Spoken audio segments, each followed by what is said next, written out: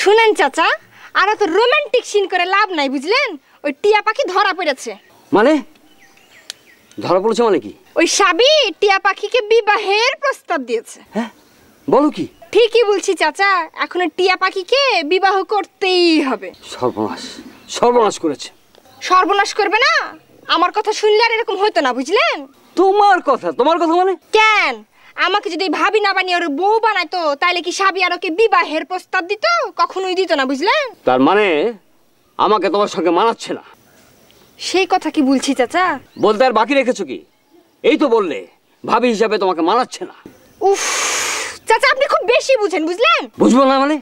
আমি একজন professional artist, 40 বছর ধরে আমি অভিনয় করছি। থামেন তো চাচা, আর সব 40 বছরের গল্প শুনিয়েন না তো। মানে? আপনার সমান বয়স হলে আমি ওই 40 বছরের গল্প শোনাবো বুঝলেন।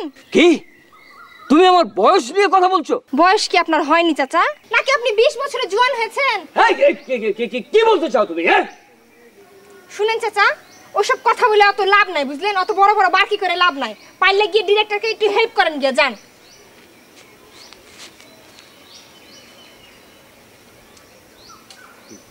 ডিরেক্টরকে হেল্প করব? কি করে ডিরেক্টর? আমি সাবির বড় ভাই, আমার নাম ডাবলু। লোকে বলে আমি নেতা ডাবলু। আসসালামু আলাইকুম ভাই। ওয়ালাইকুম আসসালাম। এইবার বলো, সাবির সাথে তোমার কিসের সম্পর্ক? খুবই ভালো সম্পর্ক, ভীষণই ভালো সম্পর্ক। সম্পর্কটা ভালো সেটা আমি জানি, কিন্তু সম্পর্কটা কি সেটা আমি জানতে চাই। আমি সাবির একজন শুভাকাঙ্ক্ষী। শুভাকাঙ্ক্ষী? জি শুভাকাঙ্ক্ষী। আমি সবসময় সাবির শুভকামনা করি, মানে ও যেন সুখে থাকে, শান্তিতে থাকে। প্রতিদিন প্রতি মুহূর্তে আমি ওর জন্য শুভকামনা করি। আরে সেটা তো ভালো কথা, মানুষ মানুষের জন্য শুভকামনা করবে, সেটা তো স্বাভাবিক। কিন্তু আমাকে ডাকছো কেন? জি বলতেছি আমাকে ডাকছো কেন? কি জন্য কথা আছে আমার সঙ্গে? জি মানে আরে মানে মানে করতেছো কেন? যা বলার বাপের বেটার মতো বলে ফেলো। ভাইজান আমি তো আপনাকে মানে আরে লজ্জা পাইতেছো কেন? লজ্জা পাইলে কি চলবে? বিয়ে শাদী সকল মানুষের জীবনেই আছে, তাতে লজ্জা কি? না মানে ভাইয়া বিশ্বাস করেন। আরে কি বিশ্বাস করব? আমি তো জানি তোমার বয়স আমারও তো গেছে, তাই না? না মানে ভাই বুঝছি তো, তোমাদের জন্য দোয়া রইল। আসি।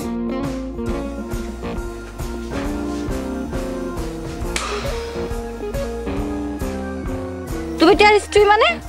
হ্যাঁ গো ভাই, সত্যি সবাই মানে নিয়েছে, এখন তুমিও মানে নাও। তুমি না বললা সেদিন তুমি টিয়ার ভাবি? সেদিন যা বলেছি সব ভুলে যাও, এখন যেটা বলছি সেটাই আসল কথা। এই বাজে কথা বলবা না। বাজে কথা না গো বহিন, বাজে কথা না। আমি যা বলছি সেটাই সত্য। আসমান জমিন সাক্ষী রেখে আমরা একজন আরেকজনকে ভালোবেসেছি গো। আর কারে সাক্ষী রেখে বিবাহ করছো? কেন, বাবা মা ভাই বোন আত্মীয় স্বজন সবাইকে সাক্ষী রেখে আমরা একজন আরেকজনের হয়েছি গো। তাইলে তাহলে ওই বুড়া বেটাটাকে? ওইটা তোমার কলিগ গো বহিন, ওকে তুমি চাচা বলে ডাকি। শুনো, এত মিথ্যা বলবা না, আমি সব জানি। জব বড় ব্যাপার, মিথ্যা বলবো কেন গো ভাই? যা বলছি সব একদম কাটায় কাটায় সত্যি যে গো। আচ্ছা ঠিক আছে, টিয়া আসুক। তোমার ওই চাকরি যদি আমি না খাইছি তাহলে আমার নাম সাবিনা। চাকরি মানে? কিসের চাকরি? শোনো, আমি সব জানি। তোমরা যে অফিসে চাকরি করো আর ওই বুড়া চাচা যে তোমার জামাই না, সব আমি জানি। তোমাকে সব ভুল বলতে তো কে দিয়েছে গো? এগুলো একটা সত্যি না গো বহিন। ভুল না, আমি যেটা বলতেছি সেটাই সত্য। সব উল্টা উল্টা উল্টা। উল্টা মানে? উল্টা মানে হলো ওই মানুষকে বিভ্রান্ত করার লাগে আমরা ওই কলিগ সেজে আছি। আসলে তো এটা আমার মামা শ্বশুর গো। আশ্চর্য, তুমি এগুলা কি বলতেছো? কি বলছি মানে যা বলছি সব সত্যিই বলছি। চুপচাপ মাইনে নাও তাইলেই হয়।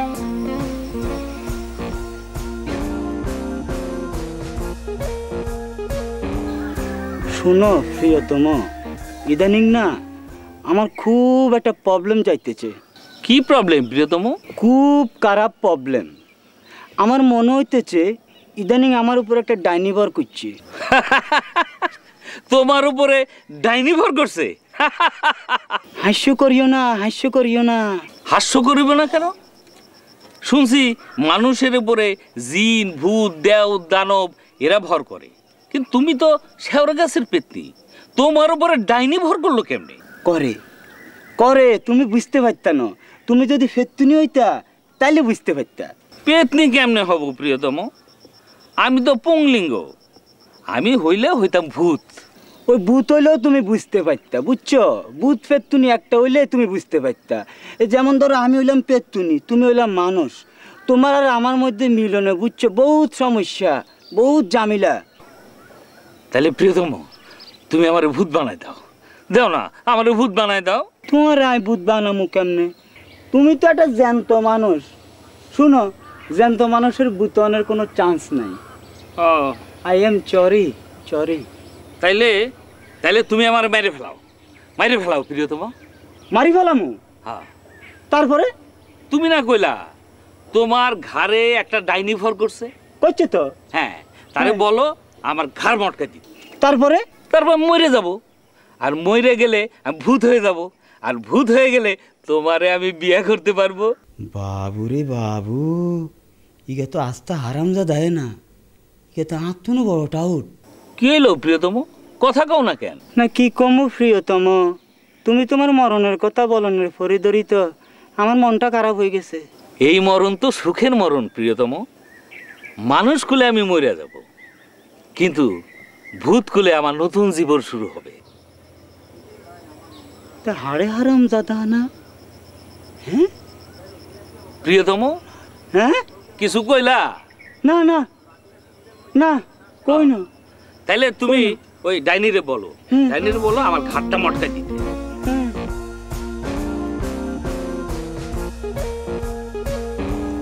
তুমি আমার ওয়াইফ না? ফাজলামো করার আর জায়গা পাও না। জব্বরি ব্যাপার ডিরেক্টর, ফাইজলামি আবার কি করলাম এখানে? যা করলাম তো আপনার ভালোর জন্যই করলাম। আমার ভালো নাকি তোমার ভালো? ভালো না ডিরেক্টর, ওই সাবি যদি জানে যে আপনি বিবাহিত পুরুষ, তাইলে আপনার উপর ওর আর কোনো ইন্টারেস্টই থাকবে না, বুঝলেন?